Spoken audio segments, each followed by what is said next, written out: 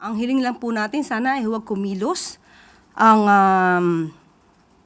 nasabing opisyal na parang siya pa ang biktima. Huwag pa-victim. Ito ang mensahe ng palasyo kay Senator Alan Peter Cayetano matapos payuhan si Senator Sherwin Gatchalian na huwag magpagamit sa Malacanang. Ang putukang nangyari sa Senado noong May 13, ito po ay alam, may permiso, aprobado ni Senator Alan Cayetano. Ang pag-lock and load order na isinagawa at inutos ni General Aplasca noon, ito po ay aprobado ni Senator Alan Cayetano. Ang pagpapalabas o pagpapatakas kay Senator Bato de la Rosa ay aprobado din po ni Senator Alan Cayetano. Kung lahat pong ito ay sinasabing may intervention ang Malacanang, lahat ng yan ay hindi mangyayari.